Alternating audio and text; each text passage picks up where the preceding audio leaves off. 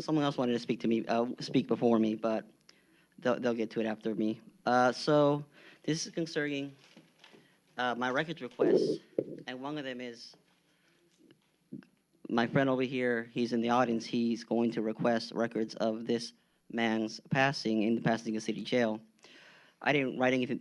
I don't really have anything written down. I just have some notes, but he'll tell you his story, and this is concerning as well because I have been making many requests, very formal, professional requests that have been obfuscated by Lewis and Brisbois, so however you could pronounce their name.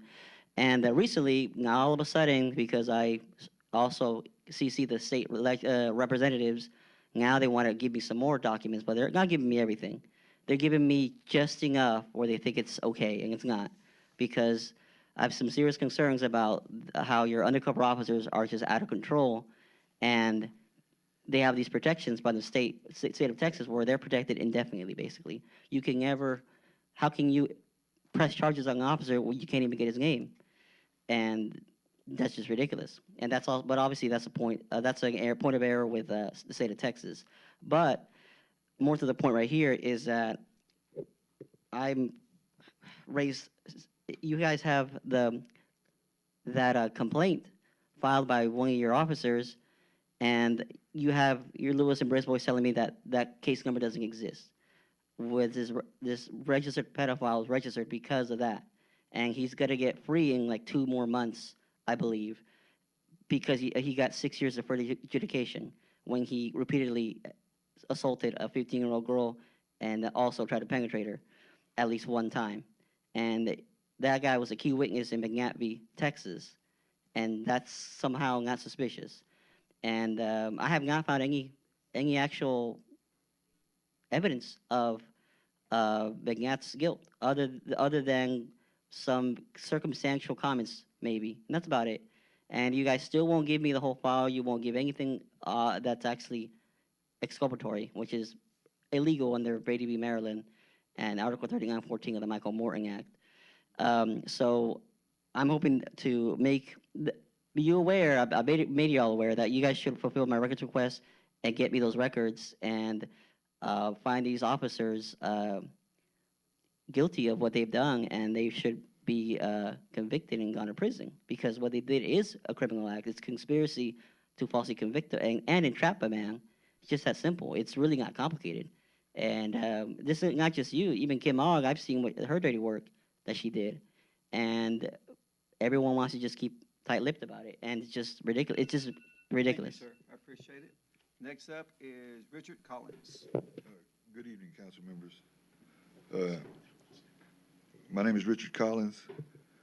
I'm here tonight to speak about a death that's haunted me for nearly 50 years, the death of Danny Lynn Stevens, who died in the custody of the Pasadena police on May 2nd, 1976.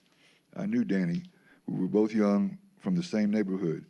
A few weeks before his death, Danny and I had an altercation over money that I felt he owed me.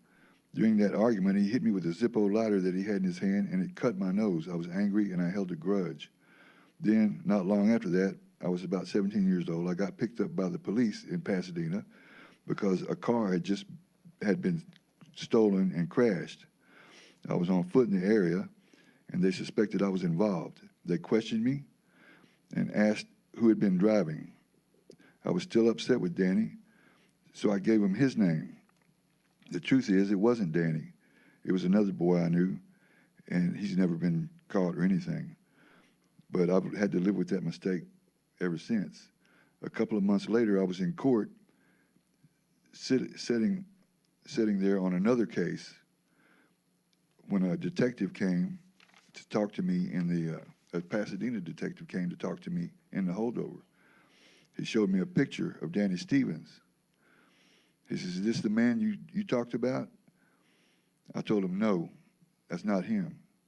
He said, "Man, you ain't got to worry. He's dead." And I was stunned. I was a kid. I panicked. And at that moment, I said, "Yeah, that's him."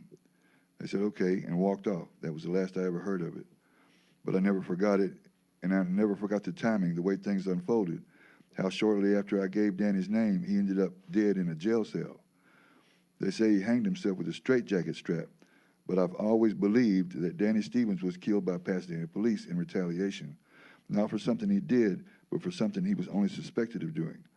Today, I'm publicly stating that I will be filing a Texas Public Information Act request to obtain all records related to Danny Stevens' death, because to this day, there's no newspaper article describing exactly what happened. There's no accountability, no public record explaining what really happened. This isn't about blame. This is about truth, about finally getting answers. Thank you for your time. Thank you, sir.